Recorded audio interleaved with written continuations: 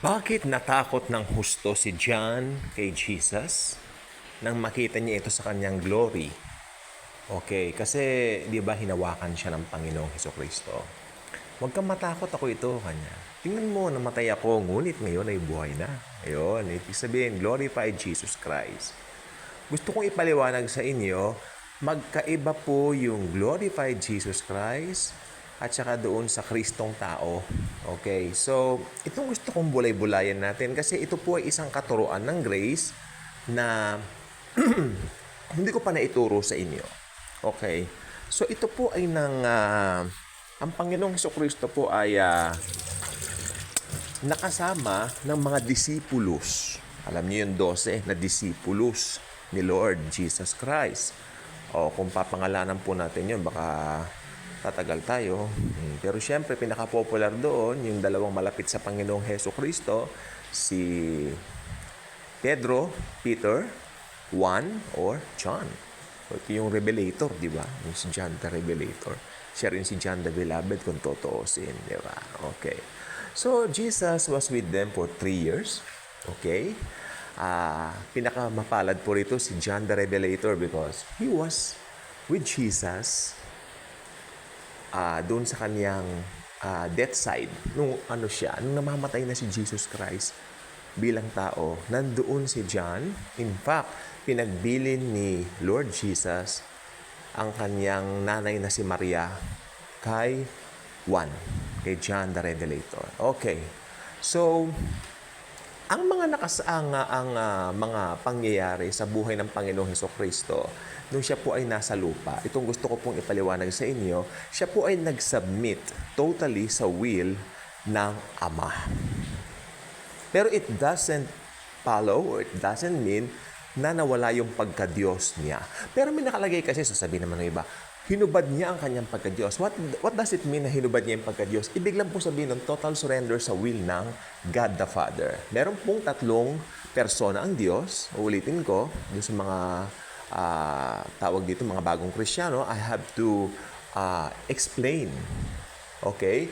We have one God, but 3 divine persons. Our God is 3 in 1. Ayun, madaling tandaan. 3 in 1, parang kapilangang peg, no? Okay. So, meron tayong God the Father, God the Son, and God the Holy Ghost. Okay. Ibigay natin yung mga trabaho ng mga ito. Yung God the Father, ito yung nag-utos. Okay? O yung nag-initiate ng lahat para matupad ang lahat. Okay. Ang God the Son, ito na po yun. Sumunod siya, total surrender sa will ng Ama, ng God the Father. At doon sa na-accomplish ng God the Son na si Lord Jesus Christ, yung pangatlong persona, yung God the Holy Spirit, ang nagseselyo o nagtatatak. That's why kung meron tayong mga panalangin ng pagtanggap, di ba meron tayong God the Holy Spirit, seal me your own ownership. O yung seal me the seal of your own ownership. Okay. So yun po yun. So, naging tao po si Jesus. Isinuko niya ang kanyang will. Okay. Kumbaga, sumunod siya sa will ng Ama sa loob ng 33 years. Okay? So, Jesus, nung siya po ay pumunta rito sa lupa, pwede naman siya lumabas ng kling! O, di ba? Nandiyan, Diyos. Diyos yan makapangyarihan siya Pwede. Pero hindi. Jesus undergo sa process. Okay, nabuhay siya ng 33 years. Ipinaglihi, lumabas, pinanganak, lumaki. Yun, natupad niya yung mission niya, namatay siya sa cross, nabuhay after 3 days, at ngayon, glorified ulit sa langit. Okay.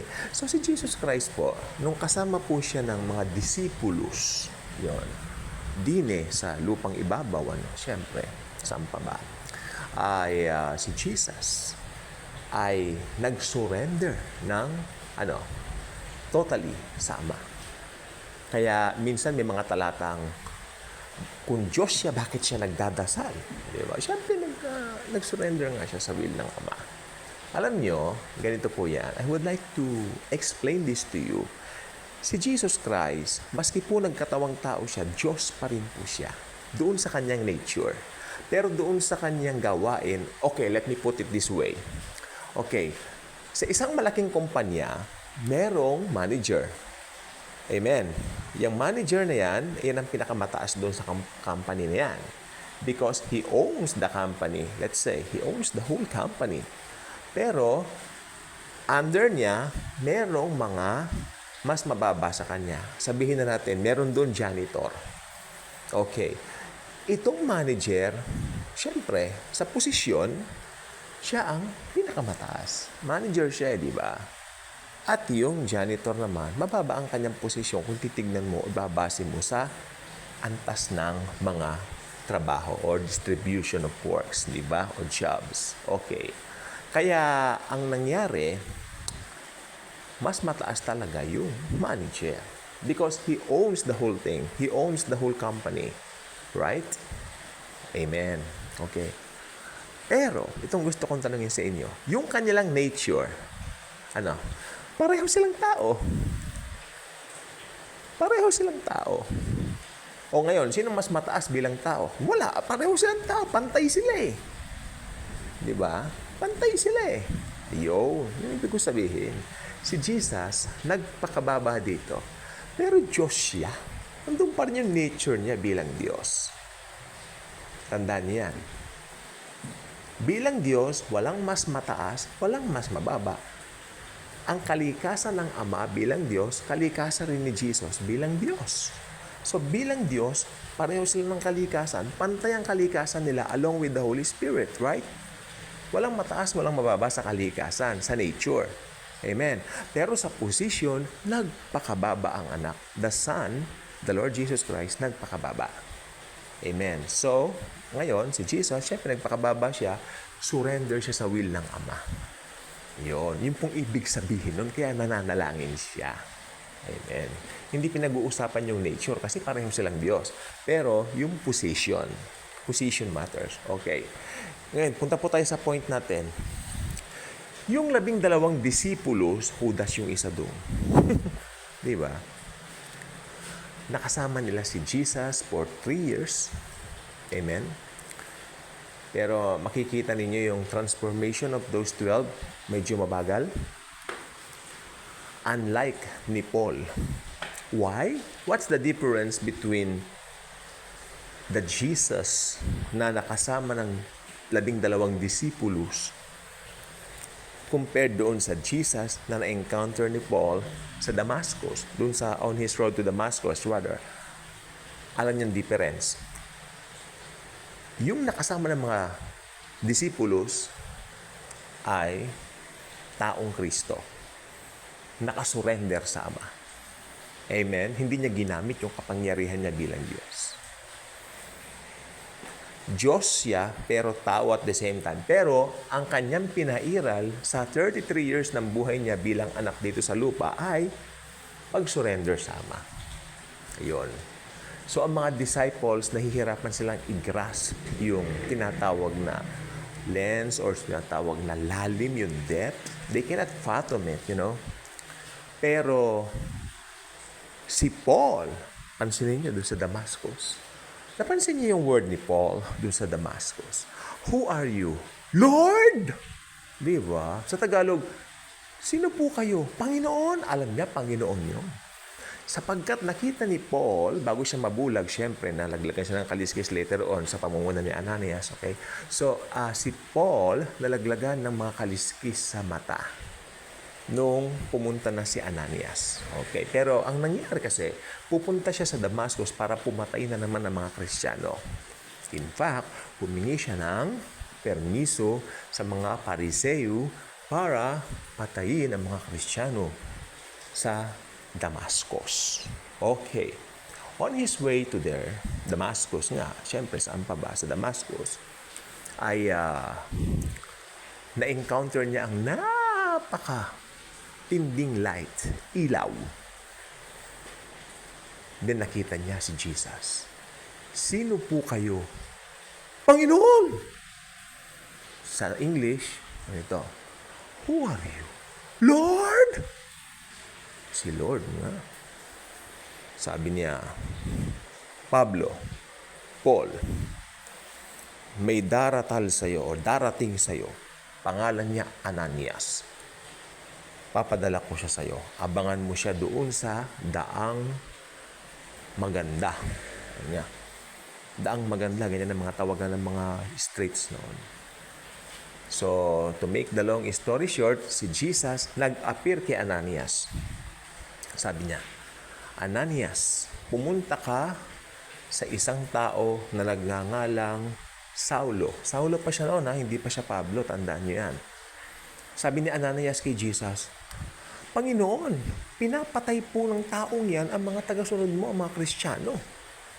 At in fact, marami po siyang hindi ginawang maganda sa mga mananampalataya mo, Panginoong Jesus. Kanya, nagpakita kasi si Jesus kay Ananias. Okay. Panginoon, pinapatay niya mga Kristiyano. Bakit mo siya pinapupunta sa akin? Then sabi ni Jesus kay Ananias, Ananias, humayo ka na sapagkat siya ang napili ko upang ipakilala ang pangalan ko sa buong mundo. I love that. Yung kriminal, yung killer ng mga Christians, ng mga Kristiyano, ang pinili mismo ng Panginoong Jesus upang ipakilala ang kanyang pangalan sa buong mundo. Ganyan si Jesus. Ganyan si Jesus. At yung transformation ni Paul, grabe. Pinuntahan siya ni Ananias, ito mga pinasabi ko kanina, nalaglagan siya ng mga kaliskis sa mata. Ang significance noon ay yung mga kalabuan na kanyang pagtingin dati kung sino nga ba si Jesus.